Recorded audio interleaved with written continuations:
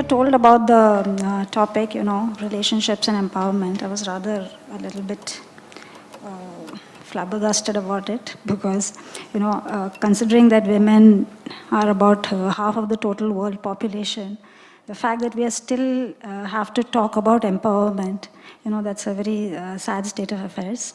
But anyway, that we are here. Before we go on to the agenda, I'd like to make a few points over here. Though, relationships and empowerment, they seem to be totally unrelated topics.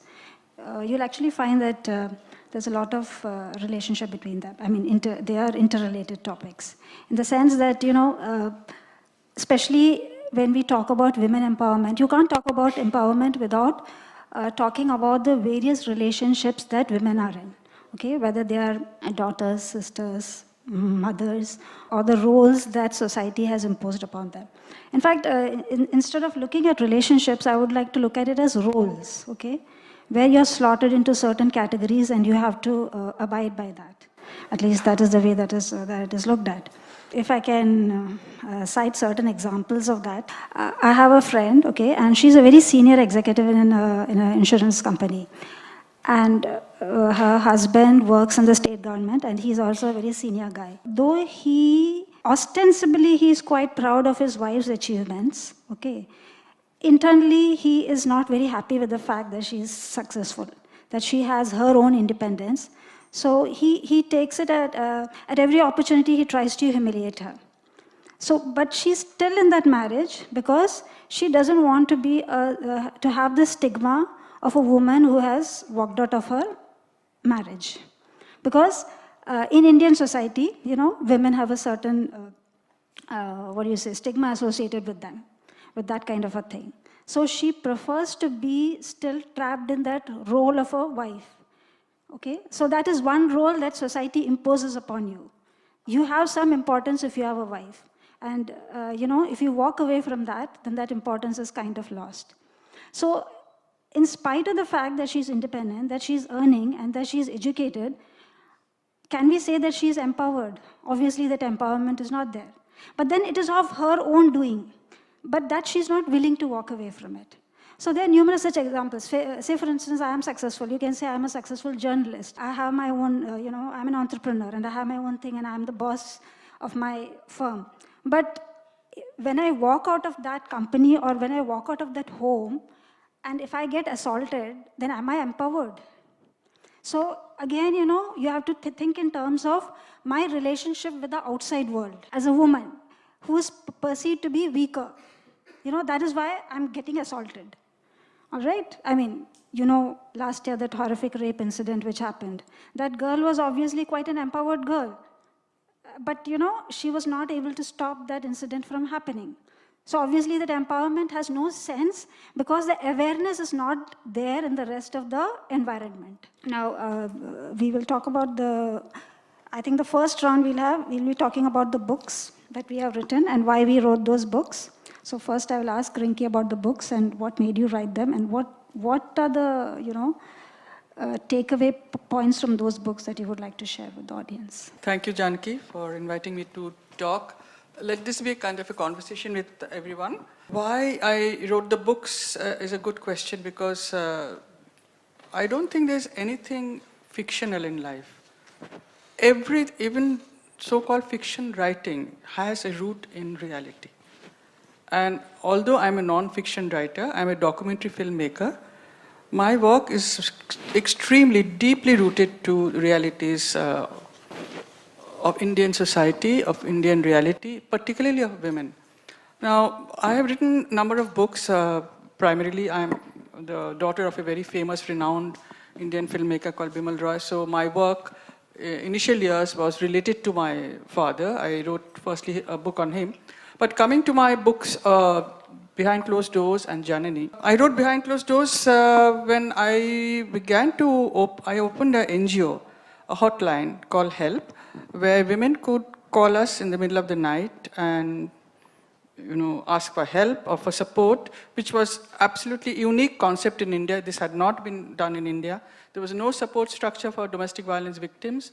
And I being one, when I had left of course, I had to start my writing career only after I had left my very famous husband. Until I left him, there was no room, no space for me to write because I had to just be a mother and a wife. So, that's also what you were talking about, Janaki. That within the framework of marriage and domesticity, women do not find the space to follow their dreams. I think Gopika is a very, very rare exception in that case, where you can follow your dreams and you have a very supportive family. The women do not support because, see, we have to go deep into our mythology, into the Hindu tradition, where a woman is either worshipped or she's condemned. In between that, the space in between is never covered. There's a huge unspoken reality in between that. So coming back to the books, the domestic violence book, which came out in 2005, came because I handled a lot of cases and I felt this needs to be opened up. Now today, last week, if you have read the papers, a very renowned woman called Nigella Lawson was publicly attacked by her husband in a public place. And she did not, she had no help from people sitting in the restaurant. See, this is how people perceive it. They don't know whether to perceive it as a private matter or is it something which needs to be cognized and reported. See, even in a Western society, these confusions have lasted. And I felt very, very much responsible for bringing it out into the open. That's why I made a domestic violence documentary called Char Diwari and the book. And talking of, I'm very proud of the other book called Janani, which is mothers, daughters, motherhood. I started thinking about the book at a time which is popularly called the empty nest. When the children had grown up, they had left home, and I just fell into a slump because I had been till then just a mother and a housewife, nurturing my children, looking after their homeworks, raising them, and also helping my husband with his films and doing his costumes, which has not been recognized. But anyway, that's another matter. I called a few friends who were about my age, and I discovered everybody was waiting to be asked to write about that state of being nobody. Just, you've retired as a mother practically because your children have grown up, and then who are you after that? See, the questions in their mind, and I was very privileged to have access to eminent writers like, Kamala Das and Shashi Deshpande.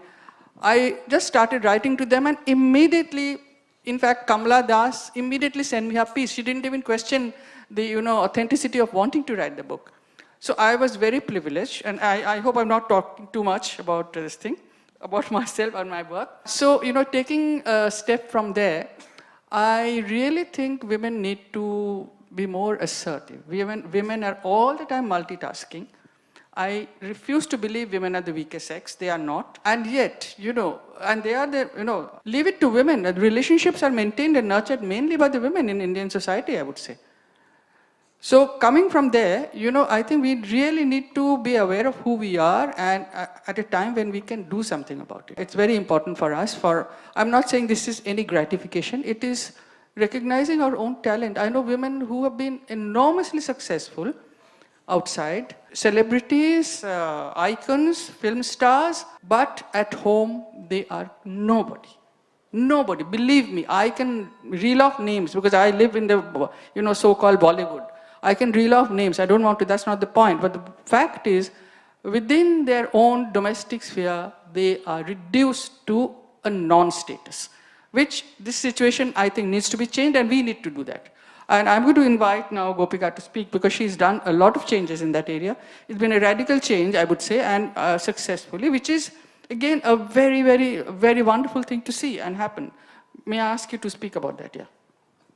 I'll just talk about what led me to write the books that I've written.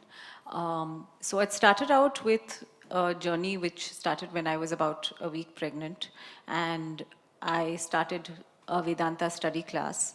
And I found that over the process, over the time that I studied, I underwent a tremendous change within myself, my ability, my view of life, the perspective of life, what was important, what was not important, what was important in a relationship as well, and what was not important in one. My whole view of the world changed. It was like, until then I had been like wearing one of those blinkers like the horses wear when they're riding their carriages. It was like that. That was my worldview until then.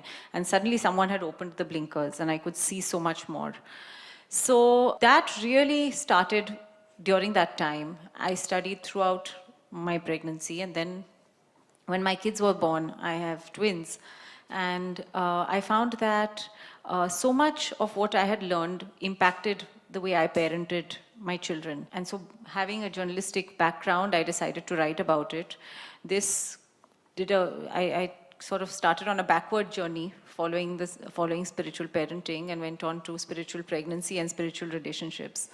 I think the thread which ties the three books together, or which ties up what I want to say through all three together, is that ultimately it all comes down to you. Like Rinki was saying, and like Janki was saying, you yourself have to be complete within yourself. You have to be empowered within yourself before you can start looking for happiness outside. So it all starts within. When we talk of empowerment, we talk about women's rights, we talk about, saying no to violence, we talk about various issues like that, breaking the glass ceiling. But ultimately, if you are complete within yourself, if you have know that power within yourself, then anything is possible. But for that, you need to first start within before you can go out and take the world by storm. So that's basically the thread that's tying that goes through all three of my books. That ultimately it comes down to who you are within yourself. Rinki, I'd like to ask you over here that while writing the books, how did it help you in your doubts or in your kind of evolution, and in order to face the society or the world? Well, of course, it's, what Gopika just said. What she has become is also a very, very definitive role model for her children. It's also important for, I was going to ask you, sorry I didn't ask you that, how your children view you. So important, because women are most of the time, I will talk firstly specifically about one particular situation which I'm familiar with, that is domestic violence. No woman wants to leave because of this stigma, as Gopika said, of walking out of a marriage, particularly in Indian society. It takes women years to take that step. Also because all the time we are playing the stereotypes of being, a good mother, a caring, nurturing human being who is responsible for keeping up, sustaining every relationship, whether it's with the mother-in-law, with the mother, familial, with the children, with the husband's colleagues. She is the cornerstone. Please believe me, women are. So do not underestimate yourself at all, because we have to be aware of who we are. We really push ourselves below, and, we suffer. And then, at a time when we don't have the physical ability, we, think of doing something. Fortunately, I had enough physical, ability and the energy to conceive these books and start it. Domestic violence book, as I said earlier, came because I thought this issue needs to be absolutely widely open. It is not something we need to be silent about. It is no longer going to be a silent crime. And I'm very fortunate. I had eminent people sitting before in the documentary. One of them is Flavia Agnes, who worked with me. She is an eminent feminist and women's activist lawyer today. And also Luku Sanyal, who was a newsreader, very well-known face on the television. They were victims of violence in their own marriage. They came forward. So it's important to connect the issue to people who you respect as other professionals. Like one is a newsreader, the other is a feminist lawyer today. Of course, Janani came, as I said, from that very, very grim, dark moment when you feel you have finished as a woman, as a mother, you've done what you had to, and then you bounce back and look at yourself as what you were as a daughter, and what your relationship with your children. And you start looking at it anew, and discover hidden layers of whether you call it pain or whether you call it creativity, everything. There is a whole layer waiting to be exposed. And I think these books, I mean, I was wondering who would ever buy a book on domestic violence, for heaven's sake. It's such a grim issue. But it's a bestseller. I mean, who's buying it? It's a question I'd like to ask you all. Who do you think is my reader? I'd like to ask all of you, I mean, who would you suspect is a reader of something as morbid as domestic violence? But there are readers, and it's gone into several reprints. My publishers are here, and they'll bear me out. So these are the things which came out, from my own life. And I'm very involved with these issues still. A lot of people ask me, don't you get burnt out listening to women day in and day out, about their stories? I said, no, I don't. I didn't have somebody to listen to me, but I am there to listen to women who come with these stories which nobody wants to hear. Especially within the family, everyone will say, go back to your marriage, you can't do this for the sake of the children, for the sake of the family, for the sake of your prestige and respectability, you need to remain married. Why? I mean, what is unrespectable if you're not married? What is it? I'm not only a widow, I've left my husband when, he was a very famous man. So if I can do it without anything, I didn't have a bank balance, I didn't have a godfather. My father had died when I was 23, so I didn't even have family support. If I can do it, women can do it. And why suffer and stay silent in a relationship which is gradually killing you? Literally, it's the end of your, it takes a lot out of you to be in a relationship which is so demeaning. So I would say it's welcome to walk out and, start anew. I don't think we can, nothing is ever late. Gopika, I'd like to ask you, we know why you wrote those books, because it was due to your actual experiences. But after writing those books, how did it help you? And whether it actually kind of you evolved from that? I think more than writing the books, I would say they were the end, but the means to the end, the whole process of the study. You see, our scriptures, the Vedanta, the scriptures that we have, are really amazing. And if someone were to ask me which is the best book that you have read, I would, without a doubt, say the Gita. Because not that I am a fundamentalist or anything like that, but it is a book which contains universal truth, which, although it was revealed, I don't know how many thousands and thousands of years ago, can be applied to every single aspect of your life, even today. I think especially today, because today we face a lot of situations which, I mean, we do live in stressful times, everybody is stressed. I was reading a report the other day about how kids are stressed now. And so it really does apply to every single aspect of our lives. So whether it comes to parenting, it is very holistic. Whether it comes to parenting, whether it comes to relationships, whether it is in a work environment, it's about climbing the corporate ladder, about empowerment within yourself. It is something there are truths in it which hold true for everything. So I would say more than writing the books, the writing was the process which happened. But I would say that the whole revelation and the understanding of this was what really, really impacted my life. I'm not saying that I'm some great saint or anything like that, very far from that, but I really do feel that it has, more than anything else, it's taught me what is important in life, what to value in life, and really like in a relationship, what are the battles worth fighting for? What are the battles worth picking? And because ultimately it comes down to that. It all becomes like a big ego issue. And so you need to really figure out what is important and what is not. The priorities, exactly. And this whole study process has really helped. It almost chips you down, where you say, you're not important, you look at life from the larger perspective. And so that does make a lot of difference. Thanks very much. Anyone has anything to say from the audience? Would you like to ask any questions or any comments? You have been talking about physical violence. There can be abusive language also. Of course. I didn't say physical, I said domestic violence, domestic violence is very pervasive. It's never physical. It can start with, if you watch my film or read my book is right here. I mean, this book, I think is out there. And it can be a verbal abuse, of course, verbal very much. It begins by verbal abuse, but sooner or later, it's no longer enough to control a woman within the privileged relationship of a man-woman relationship. by verbal abuse or emotional abuse, it gets physical. But you haven't touched upon what could happen if Of course I have. the male members in the family, not just the husband, could be the son as well. Yeah, sure. Of course I've touched upon it. I have. Yeah, in the book, yeah. I mean, it's very difficult to touch upon it in a half-an-hour session. I have, very much. It can also be the father. It can also be the boyfriend, very much. You know, you hear of date rapes. Yeah, so it's all pervasive. Absolutely, yeah, sure. Sorry, I have two questions. Ricky, one is to you. You talked about the helpline that you ran called Help.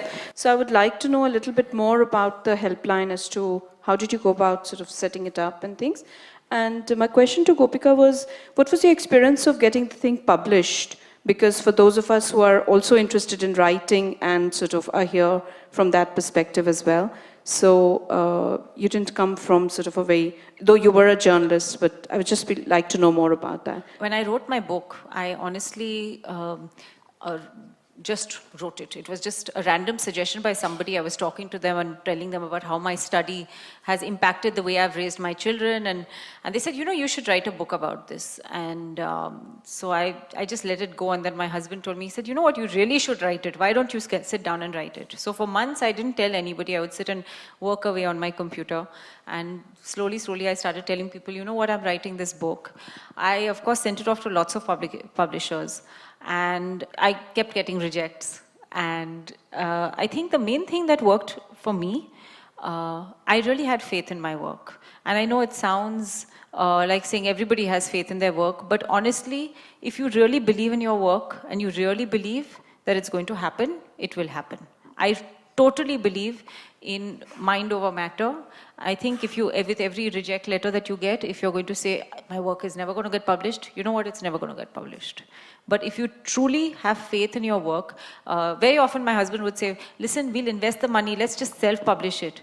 And I said, no, I don't want to self-publish because I know that someone over there will have as much faith in this as I do. And I know it's going to get published. And I was very lucky because I got an agent, and through her, I got in touch with Hay House. They were launching in India. They're one of the largest self-help / spiritual publishers in the world. And when they were launching in India, one of the books they launched with was my first book, Spiritual Parenting. So I think it really helps if you truly, truly believe in what you have written, it will get done. And of course, you try your luck everywhere. And you're going to get rejects. But again, I think when I talked about the process earlier with Janki, that was part of the process. And I think part of my test was to understand that it's okay if it gets rejected. Because if I believe in it long enough and I believe in it hard enough, it's going to happen. Well, you know, I had to tell you something I forgot. When we were running what I will answer later about the help, we got a call from an elderly gentleman who knew, and help was widely publicized. I got tremendous support from the help number used to be publicized in Bombay Times every week, which was my number actually, because we didn't have money to buy a place or a telephone. We got a call from a gentleman who was a senior citizen. He told me, he said, no, you're only catering to women who have this problem. What about men? I'm ready to commit suicide. My son is so abusive. So, you know, the question of abuse is not a gender issue. It can happen in any kind of relationship. Wherever there is power, it's a power and control. If the son has greater power or thinks he has greater power over the father and can abuse, senior abuse is rampant today. I mean, I can't even begin to talk about senior. Somebody should do a book on that. Talking of help, we were very lucky. We followed a model which was called the Southall in England, Southall monitoring system. It was a hotline. And we followed that because we didn't have enough volunteers to come. It was not a walk-in center.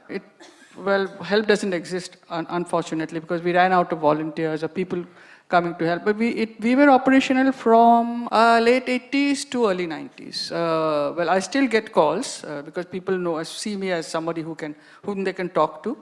But was that your question? Yeah, that was it. We had a telephone number which was published in the helpline even I think in the earlier Yellow Pages and also in Bombay Times. And the day it was published, we were absolutely flooded by calls because women were just wanting to know the options, Maybe they will not leave their, I mean, it's very difficult to walk out of, because of, stereotypes and these notions about what women are, how are they perceived outside their marriage. So, but still, I mean, at least somebody to listen to. So we did that role. It was a very successful experiment. Unfortunately, we ran out of, manpower or women power and this thing. That's it. I'll say, Rinki, more out of respect than disrespect. The question is, or just a thought, this kind of situation, what you have said, is been there since time immemorial and probably will be there till the mankind or womankind exists. And I guess if you can make it into a profitable model like maybe Eve Ensler has done, getting fundraising and things like that, because everyone has this problem, this domination, whether it's women or children or parents or whatever. Maybe you can get some tips from them. And if women are more economically independent, then this balance of equation can get reduced because then they can say, I can walk out, I don't need to depend on my husband.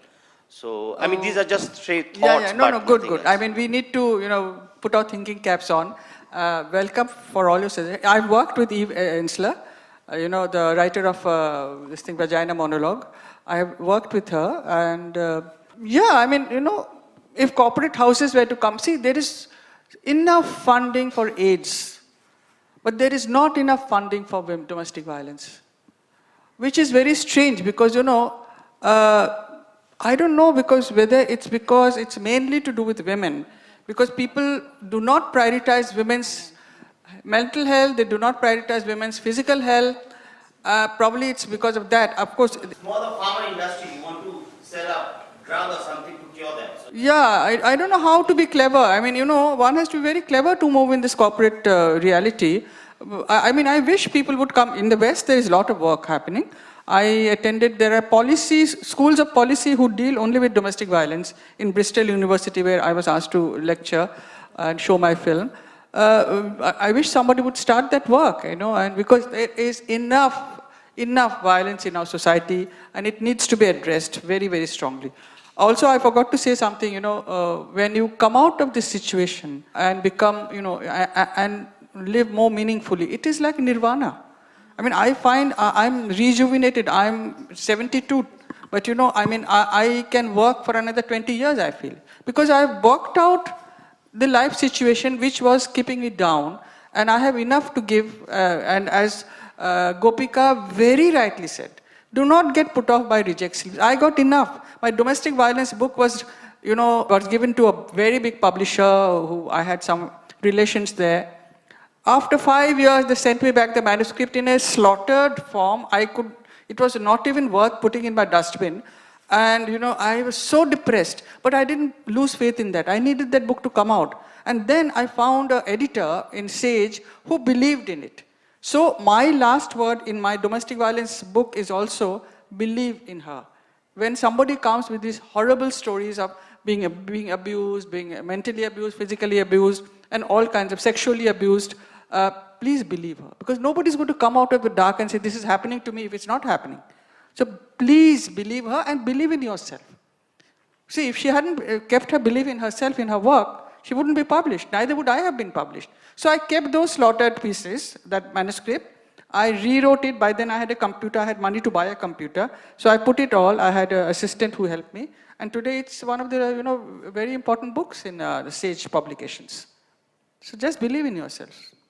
I think coming back to what you were saying about financial independence, Janki, you've written a lot about women in the corporate world and how they got to where they have.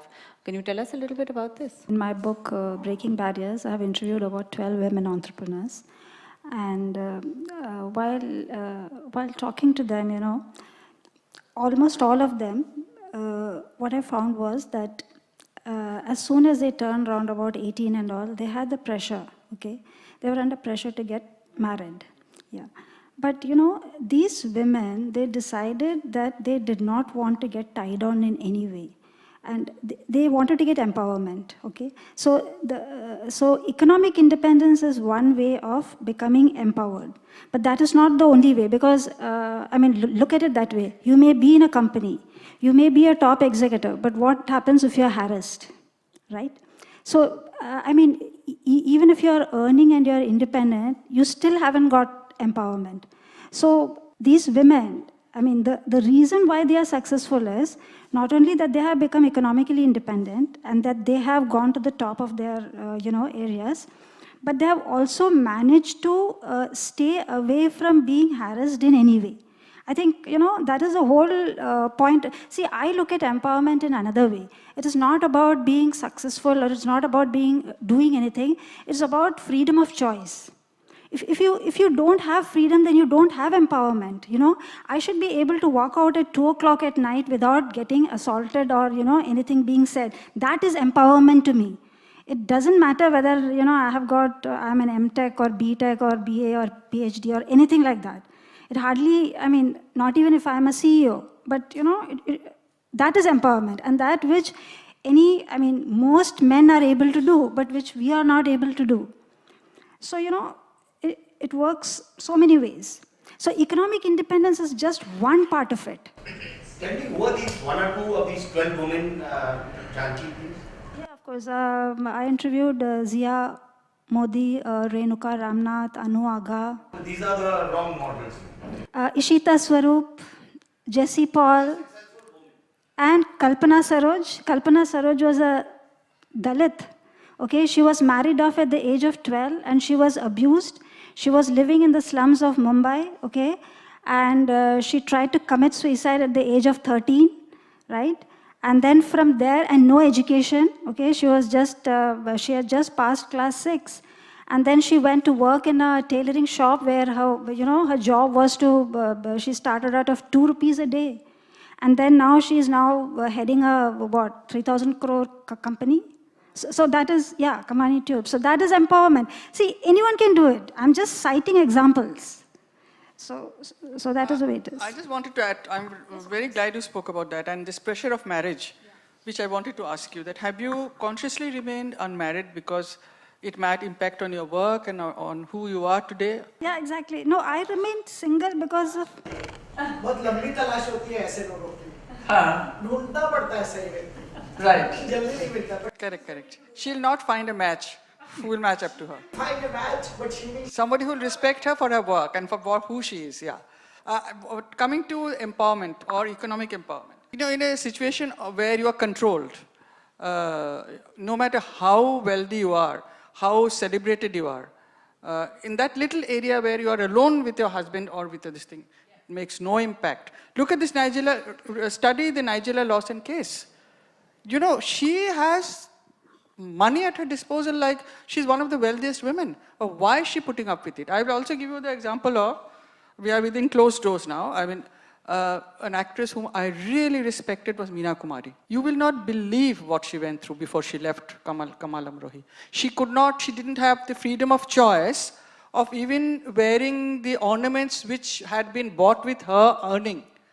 Kamal Amrohi would stand behind her. He had the keys of her safe. And I know this from very, very personal, information. Finally, she left him, few years before this thing. But this is what I'm talking of. Empowerment is a very loaded word. Empowerment is the peak. It's like, moksha, absolutely. Before that, all the stages, women have to really, how could you gain control in a situation like that? How could, Meenaji control her life? When a husband like her, when whom she married, she ran away, she married him at the age of, she was 18 or 19. When my father was making Parinita, I've seen the romance with Meenaji and Kamal Amrohi. With that high expectation of romance, what her marriage ended up by being.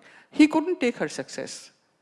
Maybe that's one way of looking at it. But what I'm saying is this horrible situation she was in. She was abused every day of her life. And she never spoke about it. She was too decent to speak about it. And it destroyed her. She died hardly when she was 39, 40. We lost one of the greatest actresses.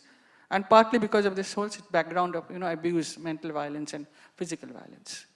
So the economic thing helps if you know how to allow you to help. The woman has to learn the trick of making it give her the liberation she's seeking for. Unless then, if the control is in somebody else's hands, no, it can't. So, Gopika, how do you look at empowerment, in your own life and in your own Uh, you know, Janki, empowerment is a word I'm still trying to figure out what it is, empowerment. Okay, it's so loaded, as I said. Well, I'm very comfortable. I'm happy in my skin. I'm a very happy, contented person. I have 8 grandchildren, so which is the happiest event in my life. I have, the freedom to do what I want. I run an organization called Bimal Roy Memorial, and I'm doing a lot of work to to get recognition for my father. He's been recognized, but my latest is to ask for... Sorry? You're also recognized. I don't know. I mean, my recognition is nothing compared to my dad's, and I'm not trying to compete. But, I'm working in that because I feel, it's not only my father, it's that whole generation who didn't have media to support them and who were like selfless. My father's struggle was like the struggle of the hero in Do Bigha Zameen. My father came with the clothes on his back from Bangladesh, and look what he made of life. Okay, he is somebody iconic. If somebody can turn around their society, I mean, he was 19 when he left he was kicked out of his ancestral property. I can give you the whole spiel. But you see, so, I'm trying to raise awareness about these things which are not talked about. And they were in an era before television, before media. So it's very important to, give them, and my current is, I hope all of you will sign a letter. I've sent a letter to the President of India saying, my father deserves to be given one recognition. He never received Padma Shri, nothing. So give Bimal Roy an award. So I hope it's a Bengali president, so maybe he'll do something. So, these things happen, and I enjoy doing this. I enjoy this work, yeah. Thank you so much to our panelists for discussing so much about empowerment. My work takes me to interior India, Jharkhand and Rajasthan and Andhra Pradesh, and I come across a lot of women in the rural sphere who are oppressed and suppressed due to patriarchal structures and for the fact that they are not educated enough. And we see cases of abuse, and as a social public health person, I'm not always in a position to tell these women that you should be able to walk out of this marriage. And this also comes from personal experience where going through an abusive marriage, I myself took a long time to walk out of it. And when I questioned myself, I was educated, empowered, English speaking, and had supportive parents. It took me still 1.5, 2 years to walk out of it. Right? Yeah. And here are women, who are not as fortunate as many of us are in this room. And I'm really, or many of us in our particular work sphere, do not have any words of advice or counseling. So I was just wondering if any of you in your experience have come across, I'm sure you have, similar situations, and what sort of support systems can you create for women like that? While I was working at HELP, of course, it was not only the educated, you have really put it in a nutshell with your own life. You've really, discovered the whole profile of what it is like. We used to come across a lot of women who were domestic workers, like, maids and all. See, but the reality is very different, I mean, they don't look, there was one woman whose words I'll never forget. She was a widow, but she still had the Mangal Sutra. So when I discovered she was a widow, I said, why are you still wearing? She said, nahi, ma'am sahab, wo nahi pehnega to koi bhi marad. She lives in a community where she can be prayed to any man. So that Mangal Sutra is, giving her a kind of sense of security. Now I have no quarrel with that. See, women have to discover what will make them secure. So for her, that Mangal Sutra was all important. Now, another woman told me, says, wo to theek hai, wo marta hai, wo mera marad hai na, marega na. See, these are things they have come to terms with. I have no quarrel with women who continue in that relationship because they have no other option, because they have come to terms with their life. Now, if we can just give them this whole thing of sense of trying to, give them a little this thing within that situation, I will be happy. Like once I was told, another woman who used to be beaten, and she was in an apartment house, she was told that, okay, if you're in your bedroom and if you're being beaten up, go to the other bedroom and lock the door. See, these are strategies you need to work out. One can work out strategies within your own relationship within that framework of, domestic violence. But, every individual case is different, I would say. And if you can do that, nothing like it, you keep discovering it, Women are extremely, I think, let's not, underestimate women's survival instincts. They will find a way out. They will. And, help them in that. reach it. I mean, talk to her, have long chats. Okay, ye hota hai to ye kya, give her options. If you come across somebody like that. There was another tribal woman, you work in tribal belt, there was another tribal woman about whom I wrote when I had a column in Midday. She had separated and her husband was not sending her the maintenance. So she sent him a jail, notice, and he was sitting in jail. So she said, abhi maine kya galti kiya, wo jail mein baitha hai, udhar aisa hi nahi paisa bhejta tha, abhi to aur bhi nahi bhejega. So there are these flop stories also. So there's a lot also, discover the humor. You have to, very important for survival is discovering humor in most of the situation. Okay, when I had my worst beating and I had a huge black eye, just before I left, I used to shy away from getting out, okay. I don't know what happened to me. I just went out. I went and got my hair done and everybody was gaping. Oh, what happened? So I said, my husband beat me. Earlier I would say, I walked through the door. There's a book called, by Roddy Doyle, I'll get the name in it. The woman who walked into the door. Most women say, oh, we've walked in through the door, we've got this thing. That was the time, that I think was the starting period of my coming to terms and that I had signals that, this is enough. So I went out into the public space and I was bindas, I went to parties, everything. My husband was more ashamed because, I would say, oh, he beat me up. That's, one of the very, very renowned women I worked with who was from German. They set up this thing for domestic violence. And what they used to do was, if the husband was a drunkard, they would take a photograph of him in a drunken state and plaster it all over the town. Enough. Enough for him to, be off the booze for at least 2 years, So you need to find these, little nooks and crannies where you can operate. Yeah. While I think it's very important to support women who want to walk out of an abusive relationship, I'm also interested in what Gopika has to say about staying in a spiritual relationship and how one builds that strength, which is also a form of empowerment, not just walking out, but both men and women staying in what you call a spiritual relationship. Could you say a bit about that, please? Sure. I think, I agree with you. It is empowering to stay in a relationship. I think, in fact, it's more empowering, probably. And I think really what it comes down to is respect and gratitude. By gratitude, I don't mean that it's not like a one-sided thing where you have, the typical Indian Balaji scenario where the woman comes and touches her husband's feet every morning. I'm not talking about that, but I'm just talking about, just being grateful for what you've got with each other. And I think if it's both-sided, if you've just, both partners have that, and whether it's, I know there was a session yesterday on queer relationships, and I think it just applies to any two people. It could be anything or anybody. It just is about respect and gratitude, and I think that's really what it boils down to.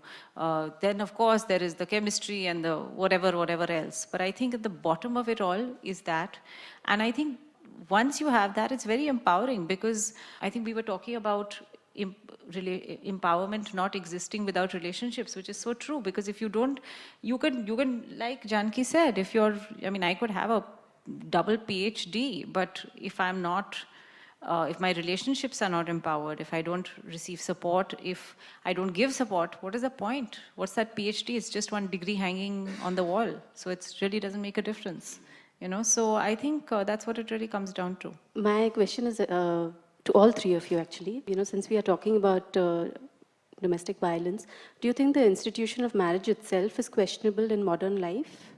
Because especially in India, we keep, in the name of tradition, and because we are, we just keep saying that there is no other alternative. And in India, we don't have much choice other than marriage, especially for younger people. You just don't have a choice. Whereas if you see in a lot of other developed countries, there is a choice besides marriage. Like 50% of people in Europe are now, just living in and having children, and it's not a stigma. The rest, 50%, are getting married. But in India, you have no choice. So do you think the institution of marriage itself is questionable? This idea, or rather the lack of choice, it is not always about abuse, okay? It is taking away your right to make a choice.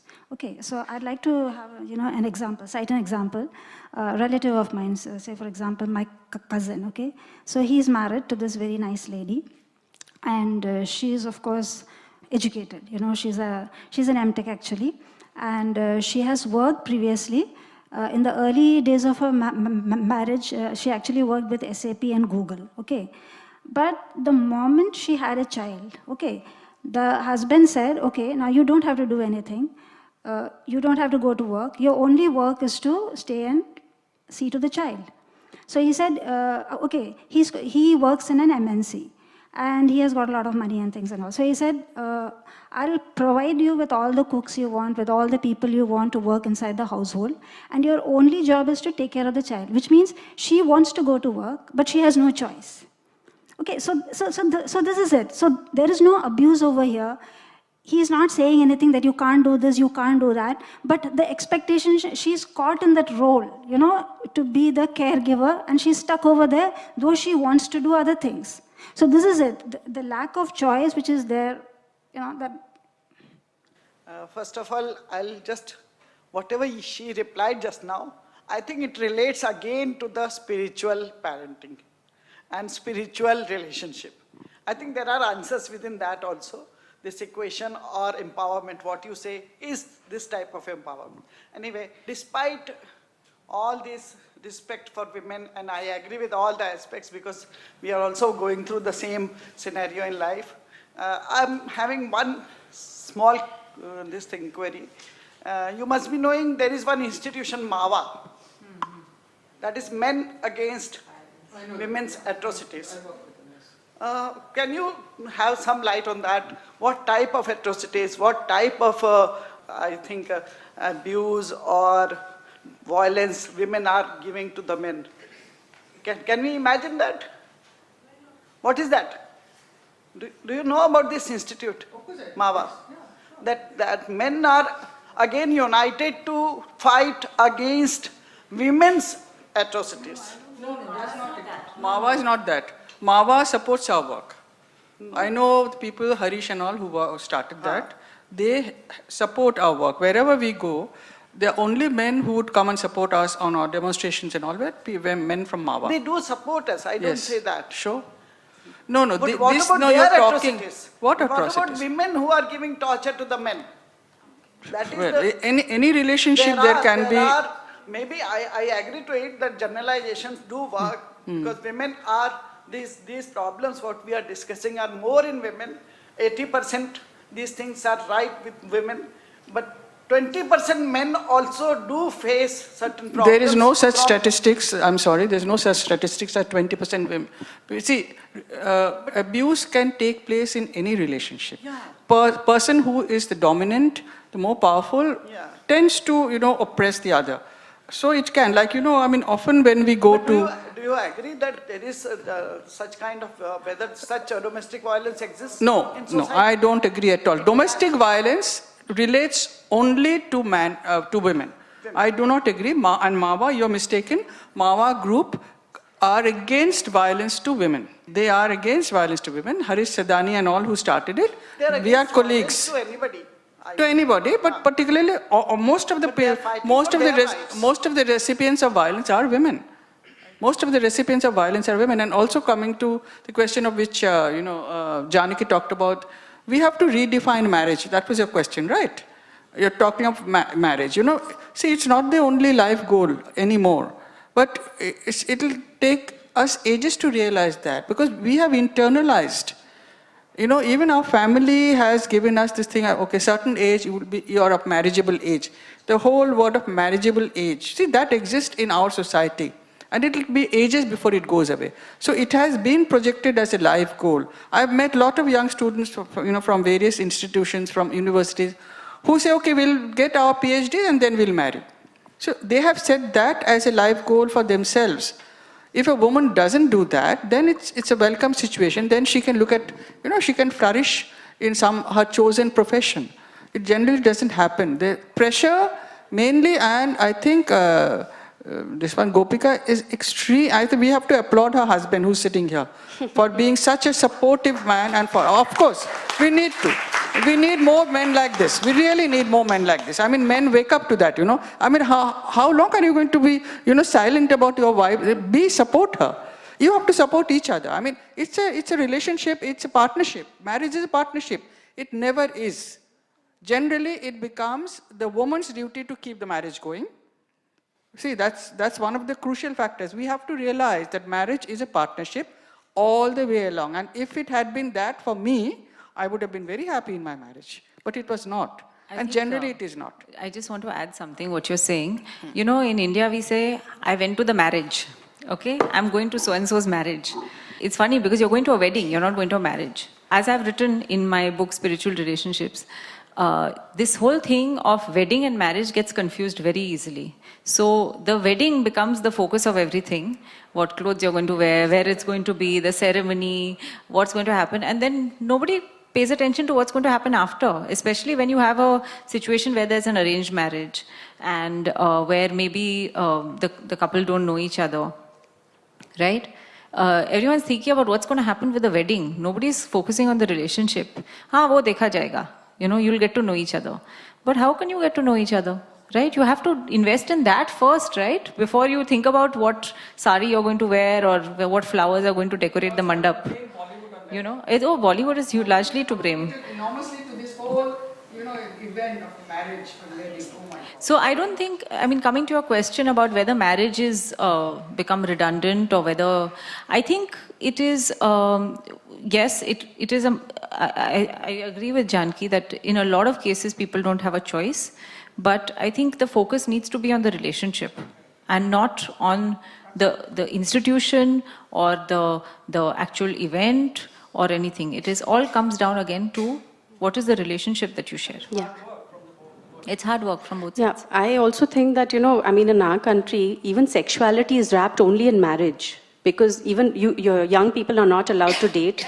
You know, I'm not talking about that, you know, small percentage in cities. So ultimately, you know, sexuality is expressed only in marriage. And, you know, so that can be really frustrating, I think. So we really have to question why marriages are falling apart and, you know, why is it that there is so much of violence within marriages. I just feel that, you know, it's probably because young people just don't have a choice in this country.